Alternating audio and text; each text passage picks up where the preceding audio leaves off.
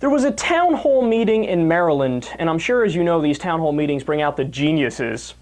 Well, we got this awesome, telling little clip I want to show you. This is what Republican Tea Party grassroots anger looks like.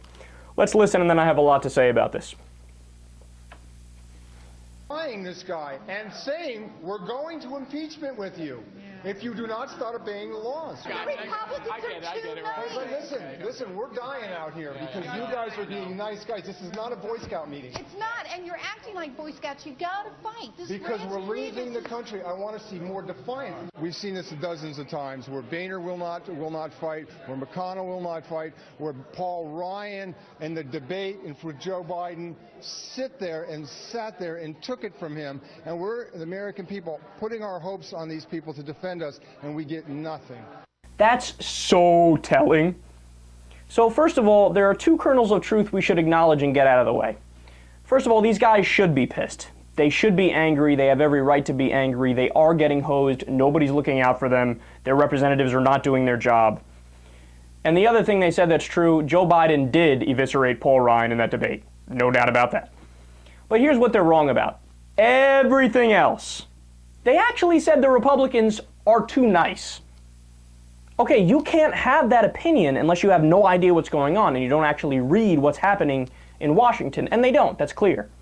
So the Republicans, for example, have more filibusters under President Obama than any other Congress in American history. Isn't that an amazing fact? They're too nice. They tried to repeal Obamacare 41 times. See, they're arguing that the Democrats compromised, that the Republicans compromised too much with the Democrats, but they tried to repeal Obamacare 41 times. That's 41 separate acts of insanity. Because what? It's never going to get through the Senate, and even if it got through the Senate, President Obama wouldn't sign the bill. He would have to sign the bill. Oh, God, it's amazing that, how do they not acknowledge that, right? And it's virtually impossible for any of these Republicans to get any meaner, but this leads to my next point. Name one policy proposal or fact brought up by those angry constituents.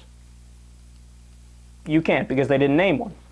They weren't screaming, hey, raise the minimum wage, or pass a bill to increase unionization, or, pass the American Jobs Act, which is a bill that would have created just over 1 million jobs, according to economists. It was just like generic anger, loud noises. I love Lamp. No, you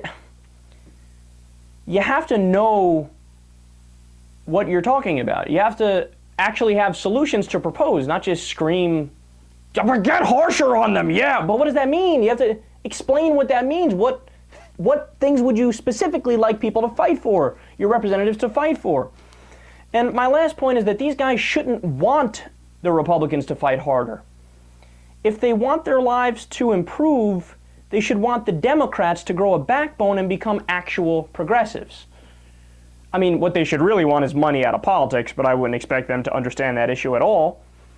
But if the Democrats were actually progressive, then they wouldn't have to worry about as many things. They would have higher pay, they would have health care, they wouldn't have to worry about that being the #1 cause of bankruptcy. They'd be able to retire safer. I mean, this is what progressive policies would bring people.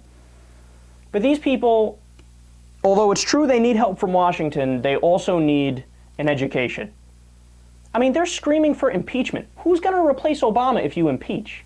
Joe Biden is, and you guys hate Joe Biden just as much.